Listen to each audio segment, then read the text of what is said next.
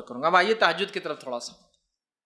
تہجد کے تعلق سے کچھ بات دیکھ لیتے. سب سے پہلے تہجد کے فضائل میں دیکھیے قرآنی آیت بھی اور احادیث بھی موجود ہے. اتنا وقت نہیں کہ میں تمام چیزیں لوں, مختصر رکھتا ہوں آپ کے سامنے.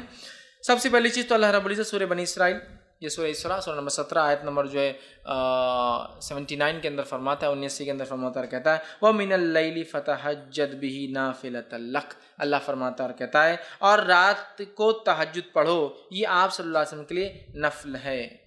آپ اے نبی رات میں تہجد پڑھا کرو, یہ آپ کے لیے نفل ہے. عَسَىٰ أَن يَبْعَثَكَ رَبُّكَ مَقَامًا مَحْمُودًا, ہو سکتا ہے اللہ اس کے ذریعے آپ کو مقام محمود پر پہنچا دے.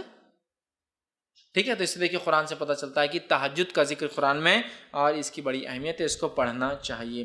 اسی طرح دوسرے مقام پر سورہ بنی اسرائیل میں اللہ نے آگے فرمایا, کہا بے شک اللہ سے ڈرنے والے متقی لوگ باغوں اور چشموں میں ہوں گے, وہاں ان نعمتوں کو پائیں گے جو ان کا رب انہیں دے گا. بے شک وہ اس سے پہلے نیکوکار تھے, وہ راتوں کو بہت کم سوتے تھے اور بوقت سحر اللہ تعالیٰ سے بخشش طلب کرتے تھے. رات کو اٹھ کر, مومنوں کی صفت ہے رات کو اٹھ کر اپنے رب سے بخشش طلب کرتے تھے, اس لیے کہ رات کا آخری پہر وہ پہر ہوتا ہے جس میں اللہ رب العزت آسمانی دنیا پہ نزول کرتا ہے اور ایک ندا اور آواز لگائی جاتی ہے. یہ صرف رمضان کے لیے خاص نہیں ہے, سارے سال ہوتا ہے کوئی مغفرت کا طلب کرنے والا میں معاف کرنے والا ہوں, ہے کوئی مانگنے والا میں دینے بیٹھا ہوں. صحیح مسلم کی روایت ہے. بہت سی بار یہ رمضان میں لوگ پیش کرتے ہیں روز کی, اور بہت سی بار یہ روایت کو لوگ شب برات کے لیے پیش کرتے ہیں, یہ روز کی ہے.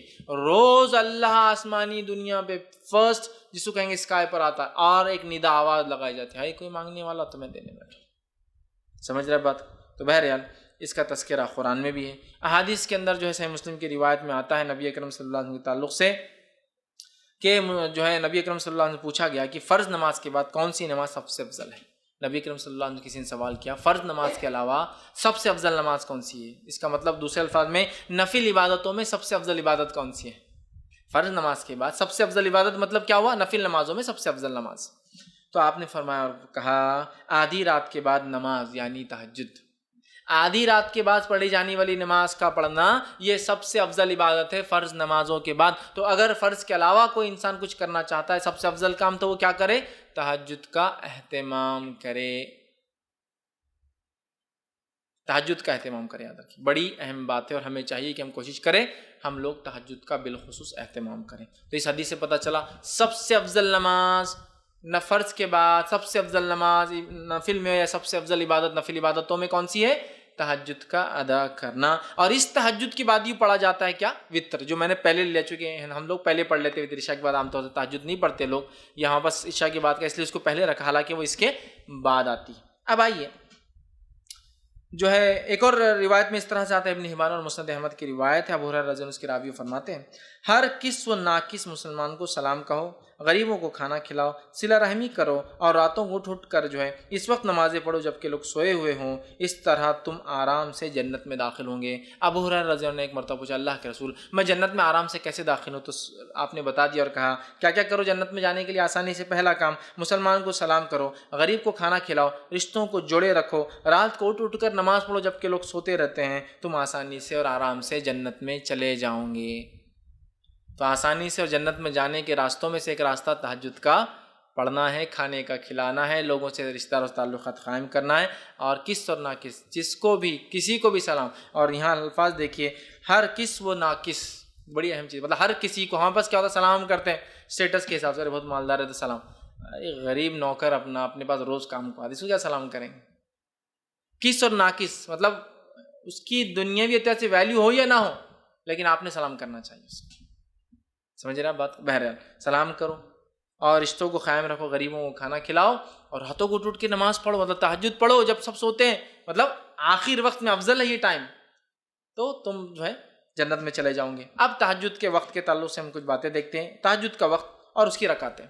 تہجد کا وقت عشاء کے بعد سے لے کر فجر کے پہلے تک, سیم جو وطر کا ٹائم. تہجد کا وقت عشاء کے بعد سے لے کر فجر کے پہلے تک, تو گویا آپ عشاء کے بعد بھی پڑھ سکتے ہیں تہجد اور فجر سے پہلے تک پڑھ سکتے ہیں, کبھی بھی جیسا وطر پڑھ سکتے ہیں. ٹھیک ہے, اب کتنی رکعتیں پڑھیں؟ تو اس کی رکعتیں یاد رکھیے دو کر کے, کم از کم 2 اور زیادہ سے زیادہ 8 رکعت, اور یہ رکعتیں 2 کر کے ہی ہوں گی. 2 کے بعد سلام, 2 کے بعد سلام, 2 کے بعد سلام, 2 کے بعد سلام. ٹھیک, تو اگر آپ کو 2 پڑھنا ہے تو 2 ہو گئی, 4 پڑھنا ہے تو 2 کر کے مطلب 2 سلام ہوں گے, 6 پڑھنا ہے تو 3 سلام, اور 8 پڑھنا ہے تو 4 سلام سے 8 رکعتیں. 2 کے بعد سلام پھیریں گے. یہ اس کی رکعتیں کم از کم 2، زیادہ سے زیادہ آپ جو ہے 8 رکعتیں اس کی پڑھ سکتے ہیں. ٹھیک.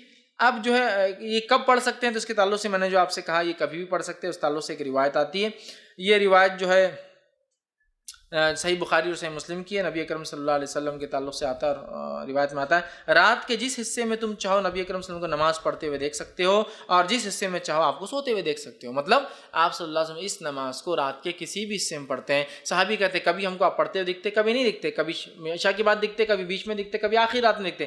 جس حصے میں چاہو آپ نماز پڑھتے ہوئے دکھتے ہیں، جس حصے میں چاہو آپ سوتے ہوئے دکھتے ہیں. مطلب کبھی ایک وقت نماز پڑھتے ہیں ایک حصے میں، دوسرے دن اس حصے میں نہیں پڑھتے، کبھی اور پڑھتے ہیں. تو ایک بار آج سمجھ لیجیے مثال فار ایگزامپل 1 بجے آپ جاگتے ہوئے دکھ رہے ہیں، تو کل 1 بجے جاگتے ہوئے نہیں دکھیں گے آپ. تو ایک حصے میں دیکھو تو نماز پڑھتے ہیں، ایک حصے میں دیکھو تو آپ نماز نہیں پڑھتے ہیں. مطلب آپ صلی اللہ علیہ وسلم عشاء کے بعد سے لے کر فجر تک اس کو پڑھا کرتے ہیں. اسی طرح صحیح بخاری کی روایت میں عائشہ فرماتی اور کہتی ہیں کہ آپ صلی اللہ علیہ وسلم اس وقت قیام فرماتے ہیں جب مرغ کی آواز سنتے ہیں. مطلب نبی اکرم صلی اللہ علیہ وسلم اس کو ہر وقت پڑھتے، لیکن خاص طور سے کب پڑھتے؟ رات کا تیسرا پہر. اور مرغ یاد رکھیے رات میں لاز بالکل سحر کے وقت آواز دیتا ہے، اور آپ کی حدیث ہے جب مرغ بانگ دے تو اسے برا مت کہو، اس لیے کہ وہ تو فرشتوں کو دیکھ کر بانگ دیتا ہے. لہٰذا جب مرغ بانگ دے تو اللہ سے دعا کرو، اس لیے کہ اس وقت فرشتے حاضر ہوتے. اور مرغ یاد رکھیے کبھی بھی، وہ شروعات میں تو کبھی بھی دیتا ہے وہ، لیکن جب سیکھ لیتا ہے تو وہ آپ دیکھیں گے رات میں 3 بجے سے یا کم از کم وہ سحر کے وقت شروع کرتا ہے تو فجر کے پہلے تک دیتا ہے. وہ شروع ہوتا رہے کیا مرغا بانگ دے دے کہ بور کر رہا ہے نا، وہ بور نہیں کر رہا، وہ آپ کو اشارہ کر رہا ہے کہ اب فرشتے آنے کا وقت ہے، فرشتے آ رہے ہیں، دیکھو آ رہے ہیں، اعلان ہو رہا ہے، اب جا رہے ہیں نا. جیسا کوئی بڑا منسٹر ہے آپ کے گھر اور آپ کو کسی نے بلایا نا گھر پہ، کتاب کو برا لگے گا، میرے کو نہیں بلایا اور ابا نے دیکھو مل لی خود ہی منسٹر صاحب سے اور فلاں ہو گیا. تو فرشتے حاضر ہوتے ہیں نا، ان کی حاضری کا وقت ہے. تو مرغ تو اعلان کر رہا ہے بھائی آ جائیے، الارم ہے، اٹھ کے فائدہ اٹھا لیجیے. تو بہرحال اس کو برا مت کہو، فرشتوں کو دیکھ کر بانگ لگاتا ہے. ٹھیک ہے. بہرحال تو آپ صلی اللہ خاص طور سے آخر وقت میں پڑھتے تھے، لیکن پڑھا کبھی بھی جا سکتا ہے.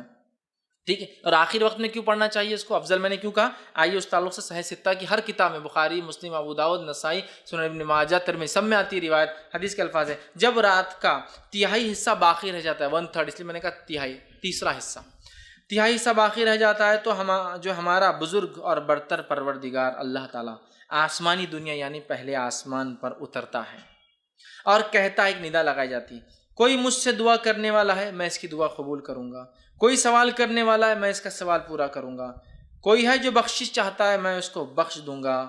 ٹھیک ہے. یہ آواز لگائی جاتی ہے، اور یہ آواز ہر روز رات کے تیسرے پہر ندا اور آواز لگائی جاتی ہے. سبحان اللہ.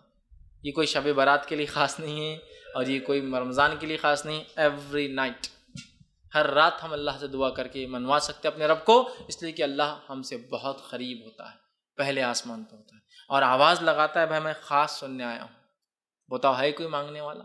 تو یہ بہت خاص وقت ہے، اور میں نے دیکھا ہے بہت سارے لوگوں نے اس کا تجزیہ کیا ہے، ان اوقات میں مانگی گئی دعا کبھی رد نہیں ہوتی، چونکہ اسپیشلی آدمی اٹھ کر یہ دعا کرتا ہے. اور اللہ نہیں ہونے والے کام بھی لوگوں کے، بہت سارے لوگ بولتے ہیں دعا کب کرنا، ہم نے افضل وقت کیا ہے؟